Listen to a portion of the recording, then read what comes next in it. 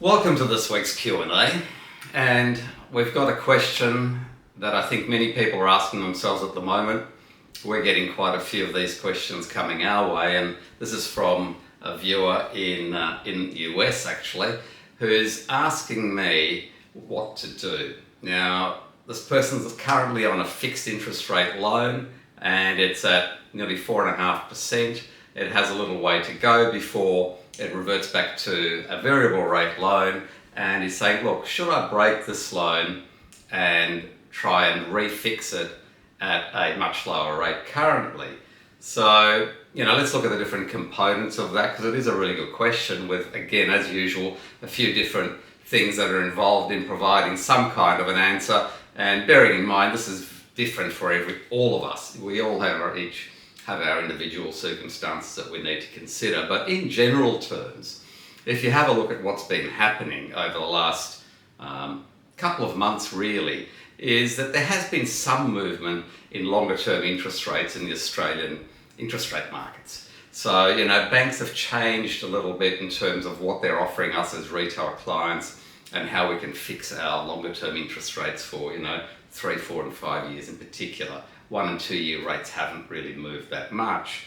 And it's also really important to consider, your own position as this person. He's an investor. He's living in New York, and he has a property, or he has a number of properties, but this property refers to is one in Sydney. So it's an investment loan.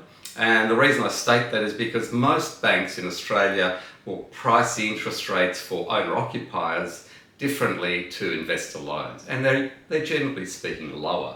So when you're looking at the situation now, it's interesting to note what has happened over the last couple of months, where, say, there's been a movement in 4 and 5 year fixed interest rates, and they've moved up a little bit. So if we look at the difference there between, say, if you're an owner-occupier, you might be paying around 2% or a little bit above 2% for a 3-year fixed rate. But if you're an investor, you'd be paying around 2.5% for that at the moment. And then if you go out to a 5-year rate, as an investor, you might be paying a little bit over 3%. And as an owner-occupier, though, you're paying around 2.9%. So that differential has really narrowed. And really, you can see now that for an owner-occupier, if you can fix your rate around 2% for 3 years, that seems pretty attractive. If you're an investor, then 2.5% or less is also really attractive, but you've got to look at the longer term situation. What do you expect interest rates to do over the next 5 years?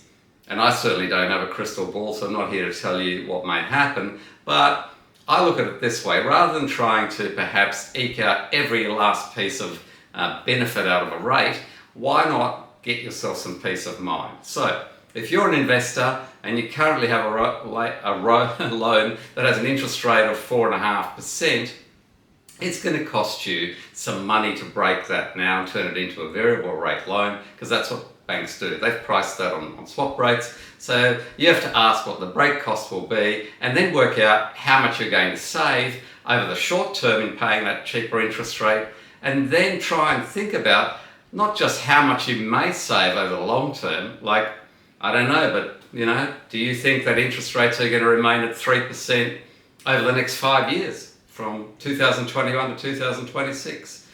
I don't know. But would it be nice to potentially have the peace of mind to know that you're going to be paying around 3% until 2026?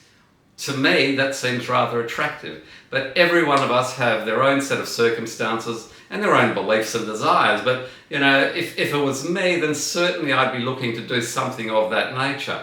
And as I said to this gentleman, you don't actually have to, make this a sort of on-the-nose win type situation, because we're fortunate that if you have a loan for $1 million, you could fix half of it for 3 years and half of it for 5 years, or 80% for 5 years and keep some variable with an offset account. There are just so many permutations that you're fortunate enough to be able to take advantage of if you're advised properly. I hope that helps, and if you like what I've been saying, then please subscribe to our YouTube channel, click like, and I look forward to seeing you next week's Q&A. All the very best. I'm Andrew Unterweger from Wise Guru.